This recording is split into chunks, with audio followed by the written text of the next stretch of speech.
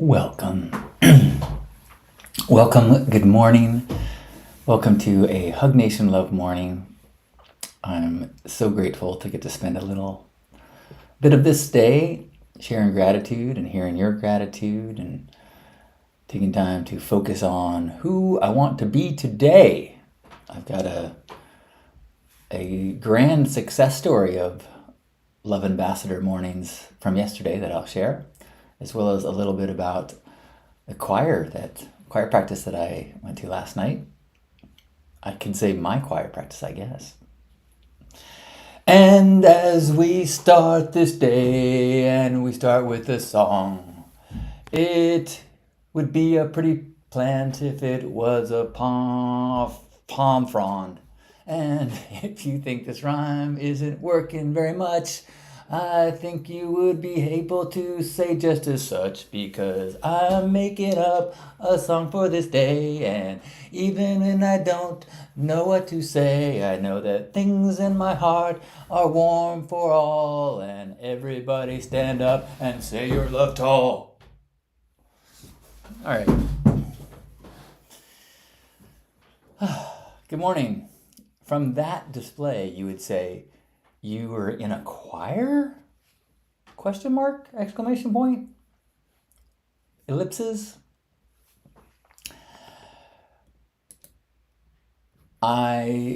So last night was the first practice of my beloved's San Diego choir. The first time she did it at San Diego choir. So she's done a choir in Monterey for like 16 years or something like that. So this long history of a choir that, up right before COVID, it was like at 170 people. And I think now she's got 100 and something for this. Anyway, but she was starting up a new one in San Diego, and I got to watch her go through all the steps of figuring out the venue and the performance place and marketing and flyers and getting all these things and really having no idea. She doesn't have a history in this town, and she did it really without much help from me. I was supportive, but I'm the San Diego native. I've kind of felt bad that I don't have more ways that I could have been helpful. Anyway, a big unknown, and last night for the first practice, there was 80 people. And it was so good. I kind of went as like, I'm just going to check it out, and I'm going to help videotape and for the people that couldn't make the first practice. And man, she is so good with people, like leading a choir of people and teaching them and encouraging and making this group create beautiful sounds together. And it was super impressive. So impressive that I actually even had this moment of like I felt in her shadow pretty strongly.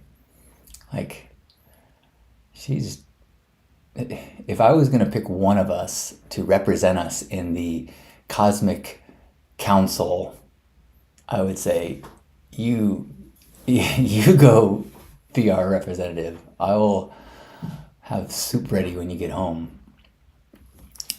Which is a little bit of, there's a little ego stuff in that. But then again, I don't work as hard and try as hard, and I don't practice. And she just had so much time working with the music and working with the songs, and she's more talented, more skilled, more gifted, harder worker, more dedicated, more disciplined. She's a better human than I. I take that back. She's not a better human. She is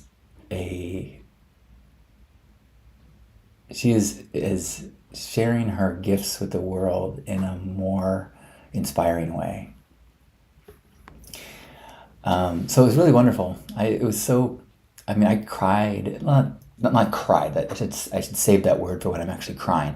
I welled up several times as she would demo a song for the group, and it's just she picked such beautiful songs.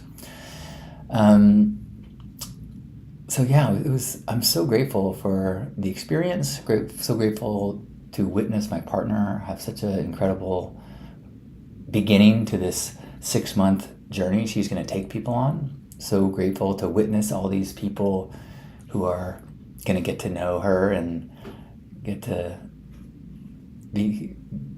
get their voices amplified and their lights shined through working with this incredible group of people. So really grateful for the night. Good morning, Faith. Good morning. Faith is grateful to be here live. Me too. Hello to you in Florida. And if you're here, would love to hear what you are grateful for. Maybe where you are. Maybe who you want to be today. I'm grateful that I knew that after a lot of busy days, Lisa was free until noon. So we just went to the gym just before this. And then I asked her out to brunch and then forgot that, 9 o'clock, I don't got to, but I would like to do a morning broadcast. So we came home, and then after this, I'm going to make her breakfast. I've got a little plan too, but we'll see if I can pull it off. I'll tell you tomorrow. Good morning, Mingle. I love you too. So you may have seen me, I wrote about it yesterday, but I had just a real success story for Love Morning. So if you were here yesterday, I was reiterating one of the intentions of these mornings is to, 1, share gratitude, and 2, set your intentions for who you want to be today. Not what you want to do, but how do you want to be? How can I look for ways to be more of the person I want to be? How can I be friendlier? How can I be kinder? And just kind of thinking about those things so that when you have obstacles or opportunities or communication interactions, you can lean into this version of yourself that you've already established. And so yesterday I knew that I was going to have a technician come to look at our dishwasher. So I specifically mentioned that I will try to be kind to that person. Flash forward to the tech comes, and he's this really friendly guy with a thick Polish accent. And he's like, well, have you tried just unplugging it and plugging it back in? It's like, no. And so we did that, and that fixed it.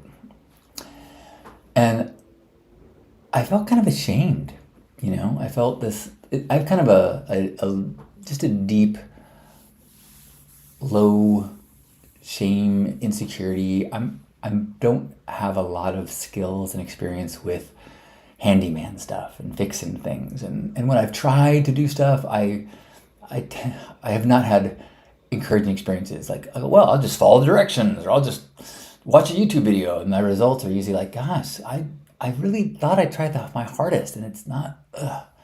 Anyway, so I'm comfortable with hiring people to help me with things or do things for me.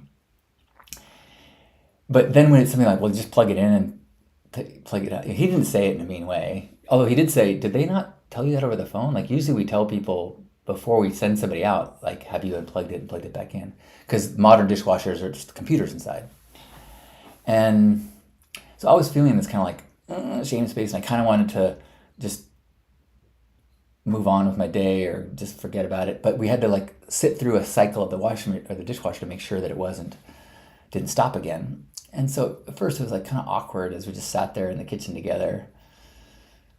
And then I remembered, wait, this morning I established who I want to be today. I don't want to be a quiet antisocial when there's a stranger right here and both of us have nothing to do for the next 15 minutes. And I mean, at least I should try to be friendly. That's the person that I want to be in the world. If my day ended and I said I was friendly today, then I'd feel good. Otherwise, I would have this dark shame thing that was even made worse by my antisocialness that would just be kind of a taint to the whole day. So I ask him, hey, some tea or water? And he says no. And then we start talking about where he lives and start talking about his family a little bit, his wife, and how he got to be here from Poland to France to Minnesota to San Diego, and had a nice chat. And then when it was time to leave, the washing machine was fine, the dishwasher was fine. So I was like, hey, thank you so much. Hey, it was really great to meet you. Shook his hand, and then as he left, he was like, as he's leaving this thick accent, he's like, in the morning, I won't do the accent because it started to sound Russian, and I don't want to offend anyone. He's like, in the morning, I actually work at a bakery before this job, and I switch out the day olds, and I've got some just yummy pastries. Would you like a croissant? I'm like, yeah. So he gave me a croissant and a chocolate pastry. He says, if you just heat it up for a little bit in the toaster oven, and then it'll crisp it up and it'll be delicious.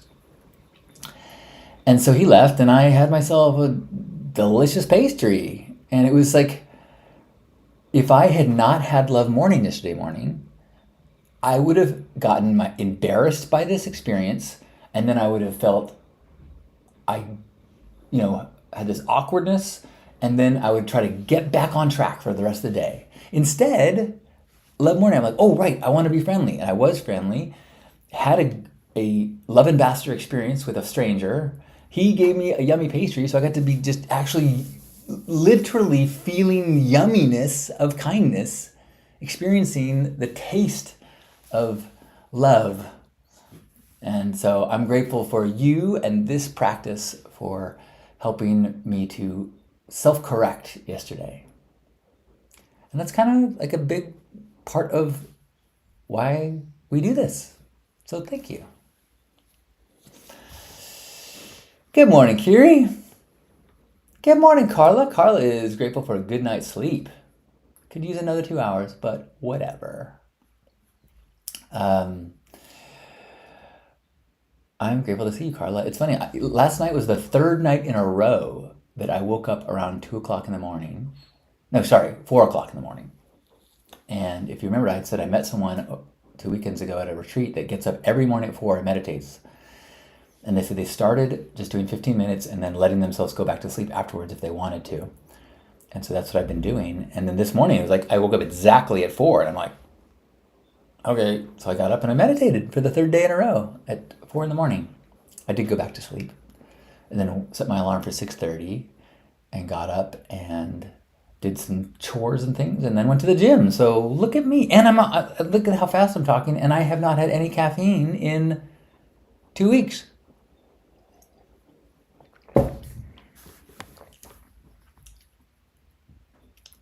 Angela says, good morning. Grateful for you. And vice versa. Angela's asking, am I the only one who wants to know what's happening under that beanie? I bet it's glorious. Well, if you haven't caught me talking about it over the last week, I had a hair transplant a week ago Thursday. So I have been unable to put any product in my hair. So it's a little... So yeah, I had a strip of hair of my scalp cut out. I stitched it back up like a little mini facelift in the back of my head, and they took all the individual hairs out of that strip and then put them in my bald spot back here individually. And so I can only, for the next couple days, I can only wash my hair like by pouring a cup of water gently on my head. And then next week I should be able to use product again, and I will start showing my hair. Yeah, I can show it. It's not that, you'll be able to see the transplant, but it's just, you can see. This is the gloriousness that has been untouched by. It is pretty glorious. I don't know why I gave it an excuse. Kiri says, I'm grateful for clarity and self-control in the face of temptation. Good for you. Whatever that temptation might be, that is a powerful part of a spiritual path, is listening to your higher self, even when the now self is so hungry. Steve says, you're right. This daily practice reminds me to slow down and be appreciative before entering into the chaos of the world. Love that. Yeah, me too. Me too. And just continually like having a daily opportunity to reset the baseline a little bit, to remember to be grateful for the things that I'm taking for granted a little bit. One thing that Lisa and I have been really, has been a part of our conversations practice is just continually saying, I love our problems. I love our problems. Like there's so many things that can be hard, so many struggles, so it's like trying to be present with the suffering of our friends and people in the world, and then going, that is really hard, and let it go and be like, man, considering what could be my struggle, what a gift it is to have the struggles I have. Gives me a lot of compassion. Gary says, oh man, now self is so weak. Yeah, no, my now self will say things like, well, I mean, eventually you're going to have to eat all these M&Ms, so might as well just eat them now. What's the difference? At some point, you're going to ingest all of these M&Ms. Like, now self, you make a great point.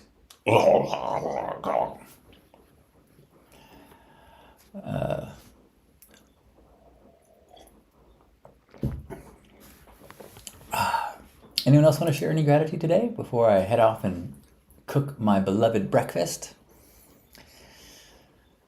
I'm grateful for a conversation I had last night after the choir with a guy who was considering joining the men's gathering that I'm doing. And it just was I realized how much I enjoy those kind of conversations. Michael says, I'm grateful your consistency and time of these gratitude shares. Really feels great to start the day off with prompts like this. Thanks, Michael.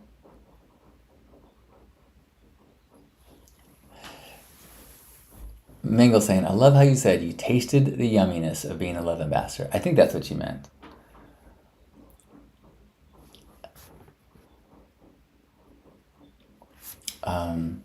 Yeah, I mean, I was having this feeling as I was eating this chocolate pastry that I put in the oven for a little bit, so it was warm, and I was like, this is a pretty like immediate universal behaviorist reward. Like I did the right thing that I want. I was kind, and then immediately get a reward. Being kind is yummy.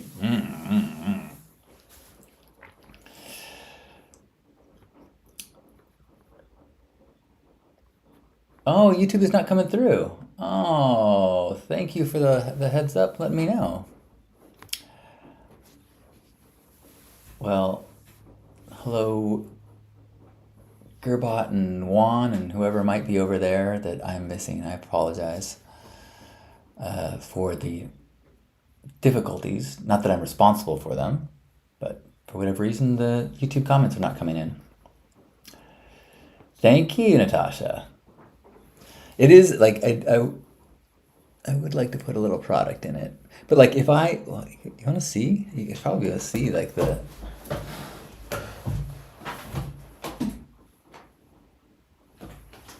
I can't tell about, but there's a little patch there, and now the patch has got these little dots of little bitty scabs, and then those will go away, and then 6 months from now, those little things will have hairs out of them. Michael says, I am grateful for men's work and the depth we can go with one another. Me too. It's a really interesting time, I think, to be. I mean, it's always an interesting time, but it's an interesting time to be a man where, like, the truth is,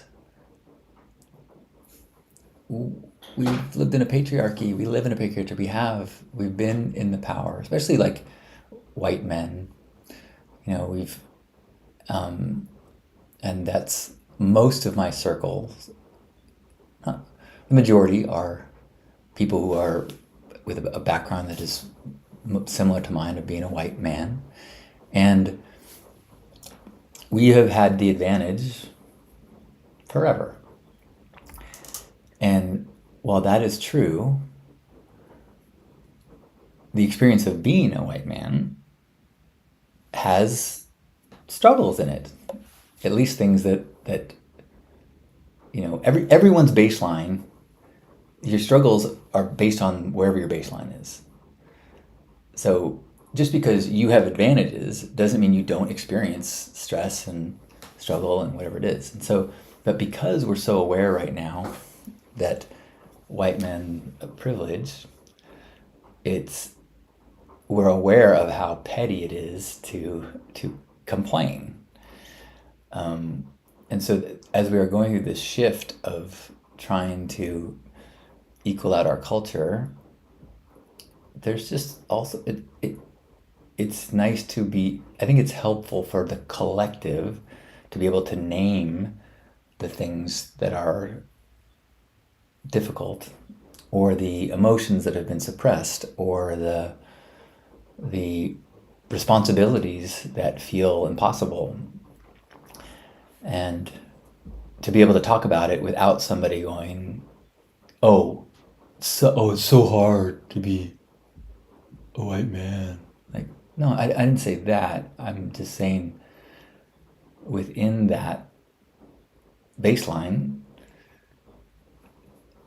if I could have help and support and community around these areas and be more at peace and more loving, then it would allow me to be better in all my relationships and the world. So I think men's work helps to work towards that objective.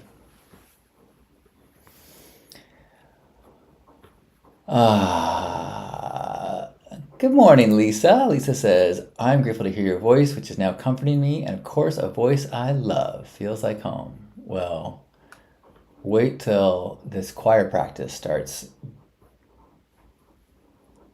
penetrating my bones and my singing gets even more. Lisa says, I think your men's group should be mandatory. Thank you. And one thing I've been thinking about is that really the men's work that is helpful to in each specific man is different. There are people who are being drawn into like certain types of alpha male trainings, and they probably aren't going to respond that well to the vibe that I'm putting out. It's too far from there. And there are people that are probably in these disciplined, dedicated spiritual practices that are not going to be benefited from what I'm going through and what my groups are talking about. So I don't think it should be for everyone, but I think some sort of men's work should be mandatory. And if I was working with people who are being drawn in by the alphas, I think I would, like, if I had an audience like that, I certainly could say stuff. All right, I'm good. Now I'm feeling the lack of coffee. I got a little off track, sorry. Natasha says, I have my Love and Pastor shirt on as we speak. I'm grateful for the smiles it creates when I go out. Oh, that makes me happy. Yay. Good morning, Hope. And if you're here on YouTube, my apologies. Those comments are not coming through for me. So know that I am sending you love, and I'll try to see if it comes through on the archive that I can look later. Natasha pointed out the patriarchy harms white men too. Sherry, hi, good morning. Sherry says, had a traumatic work experience this week, so looking forward to gratitude. I can take deep breaths. I know I did my best, even though it wasn't good enough. I learned more about what I'm good at and not good at. I love me even if there's things I'm not great at. Grateful for the talents and abilities I do have. Thank you for listening. Oh, without knowing what happened, or uh, I am so grateful for your gratitudes and grateful for your ability to remember that you're good at things. That's kind of a little bit of what I was having to work through last night as I was being so impressed by my Lisa. It's like, because there's a little bit of comparing that started to happen. I had to really be like, I'm worthy of this woman. I'm good at lots of things, just not all the things that she's great at.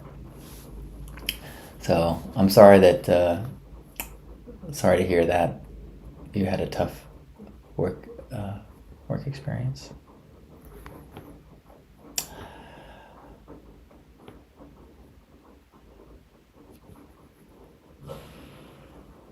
Hope says, I'm going to need a list of eligible healed men. I think that would be, I mean, it's so hard because, one, you have to change that wording because it's eligible men on a path of healing. I'd never met a healed man. But, and like within, I've been in kind of woo woo spiritually communities where there's guys who look and walk and talk like they are healed men, and they are not. They are on a path of healing and still have pretty dramatic obstacles in their ability to see some of their shortcomings, and sometimes even like their misogyny. I had a really difficult experience with someone who was in a close circle I was in, not a men's group, but an organization. And in his mind, he was a champion for women. And yet his actions showed disrespect, and over and over, like all the women that were also in this group were like, I don't want to work with him. And when I called him out, it was the end of our friendship, and it was really,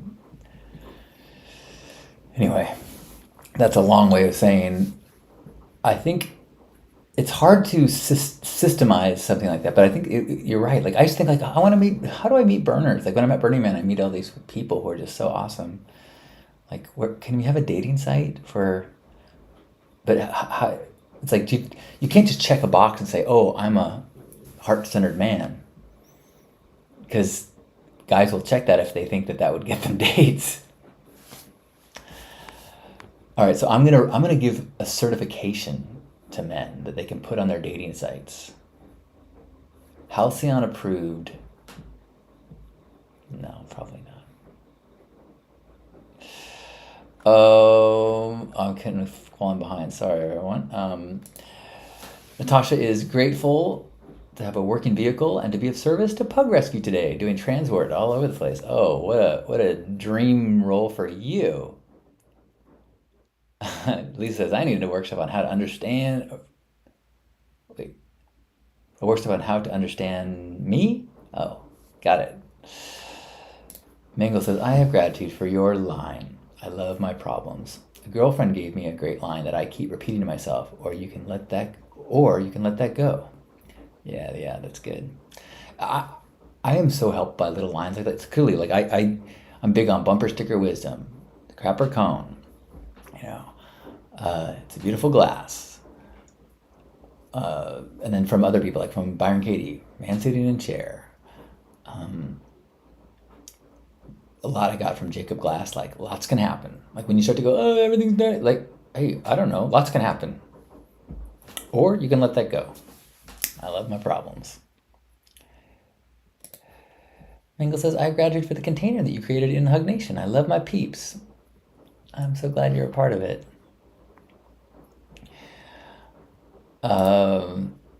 Lisa, I want someone working on themselves and understanding I'm doing the same. You just nailed it. Exactly.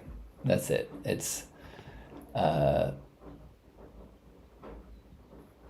Yeah, that's I think when the cornerstone, and eventually I would like to do couples work with Lisa, and I think the foundation of it is that continual. And granted, we've only been together 2 years. Actually, in 2 weeks it'll be 2 years.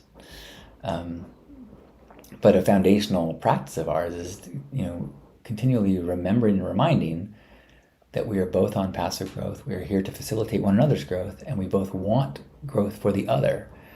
And from that premise, you're allowed to be upset and triggered and do bad things even. And the other person doesn't say, "Oh, well, fuck you. You were rude to me." As long as the other person, as long as you agree to each other, then you can come back and say, "Hey, I didn't feel so good when you said that yesterday." And the other goes, "Oh, I don't want to make you feel bad. Let me do some inquiry onto why I said that and what was I really feeling?" And da, da, da, da, da. So if you have that premise, I want someone working on themselves and understanding I'm doing the same. That does it. Um,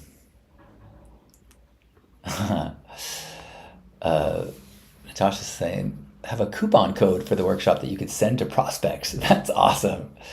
I mean, someone once said, like, hey, if you want to get people into men's work that need it, you got to market to their partners. I think that's pretty interesting. Hope saying that she sees that same kind of, I would say, predatory behavior from people who display as evolved in psychedelic spaces. Yeah.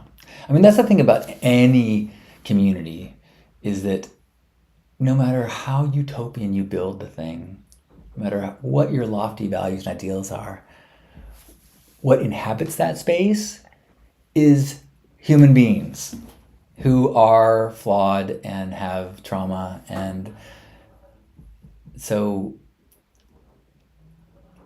you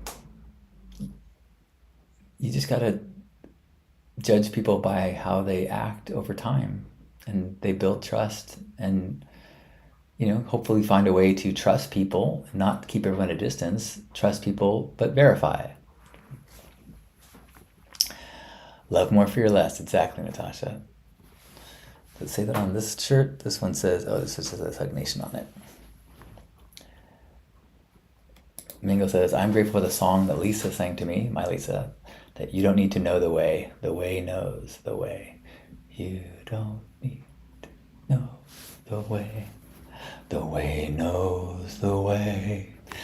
Well, thanks for being here and being you, and acknowledging that we may not be in a romantic relationship, but in this relationship we are all working on ourselves and trusting one another to be doing the same, and trying to support one another in our growth, trying to have a safe enough container so that we can share when we're vulnerable, when we notice the things in ourselves that are not ideal. Now that I think about it, that's a huge, that is a huge part of my mastery. I won't say, maybe mastery is not wrong word, that's too extreme, but my skill set. I don't have a 5 tips to make yourself happier, but I am very well practiced in self-observation and inquiry and noticing. Like yesterday when I was like, oh, I just felt shame and I felt emasculated because I didn't know how to fix this thing. And so my dharma is, I then made a public post, I shared about that, and people were like, in fact my friend Michael was like, man, you make it okay for everybody to feel what they're feeling. Like, yeah. And I think that in relationship, when you feel safe, that you can say to your partner, I'm feeling this, I'm feeling scared, I'm feeling insecure, I'm feeling jealous, I'm craving more attention, and trying to do that, I'm craving attention, I guess I'm feeling insecure, and then that allows the other person to then be your partner in healing that, as opposed to you acting out on that and then, or accusing them of doing something about it, and then they're in the defense. That's what partnership is.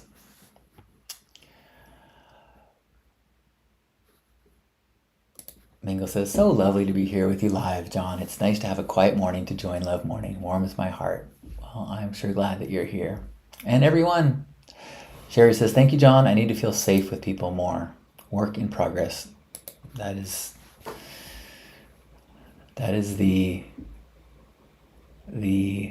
undervalued component to growth is community. Safe space to reveal a tender thing. Let the air, like my transplant, they're like, try to keep it open the air as much as possible.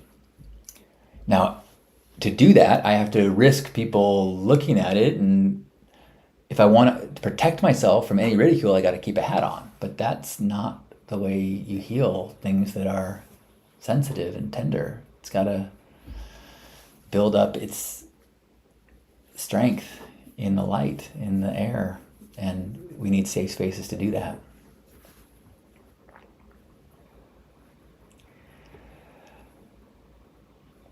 Gerbot saying, self-observation as a path to mastery. I think I got that, the Lou Gerbot connection. Did I put those two together right? I hope so. Self-observation as a path to mastery. Amen. And if you've been following me along the last 2.5 years, Self-Observation, this book by Red Hawk, was one of the instrumental early tools of my sobriety. In fact, maybe I should try to revisit that. I have it on my shelf right now. That's super good. And Michael is grateful for having a wide range of abstraction to observe and learn from my surroundings and practice of introspection to grow inside. Amen. Well, with that, wherever you are, let's give ourselves a big old squeeze. Feeling grateful for ourselves, all of ourselves, even the parts that we can observe that maybe aren't technically things to be proud of, but they're real and they're true. And if we can just observe them, that is an evolved state. That is not a state of lack of mastery. That is not evidence of weakness. That is a power to go, I am witnessing this humanness that's happening. And from that observation state, I can be aware that that is not all me. I'm also the observer. I'm also the wise. This is all part of this healing process, and I can't judge it. I gotta and the more I can observe it and let it be in the air, the more it's all okay. So thanks for being a part of this safe container. Wherever you are, just take a deep breath in, squeeze. On behalf of Grandpa Caleb and everybody who's here, thanks for being here for this Hug Nation Love Morning. I love you.